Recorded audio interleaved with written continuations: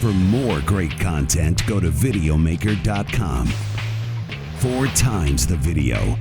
Articles, forums, reviews, and more. Videomaker.com.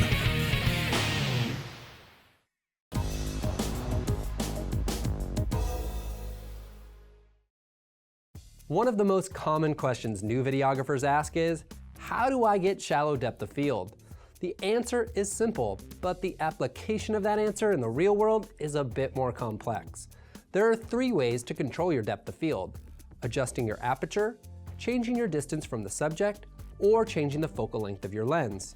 The first thing to try is changing your aperture.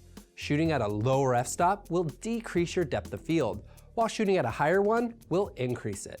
The trick here is to figure out the f-stop you want to shoot at and use other methods to get your exposure set properly. When you're set on a particular aperture, there are 4 remaining ways to control your exposure: raising or lowering the amount of light in your scene, adding or removing ND filters, increasing or decreasing gain or ISO, and increasing or decreasing your shutter speed or angle. For a full explanation of how these settings will affect your final image, check out the earlier lessons in this course. The second way to manipulate your depth of field is by changing the focal length of your lens. This can be done by physically switching lenses or zooming in or out. The longer your focal length, or the more zoomed in your shot is, the shallower your depth of field will become. The side effect of zooming in is that your shot will appear more compressed and the distances between objects will be minimized. Conversely, the shorter your focal length, or the more you zoom out, the deeper your depth of field will become.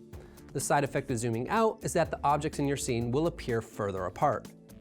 A third way to manipulate your depth of field is by changing the distance from your subject. The closer you get to your subject, the more shallow your depth of field will become. Putting more space between your subject and background will also help. Of course, this will begin to dictate the composition of your shot, which can be an issue. Conversely, moving your subject further away will give you a deeper depth of field. Using focal length and distance is all fine in theory, but in the real world, your focal length and distance to your subject should be dictated by how you want your shot to be composed versus getting shallow depth of field. This is why aperture is the primary way to get that coveted look.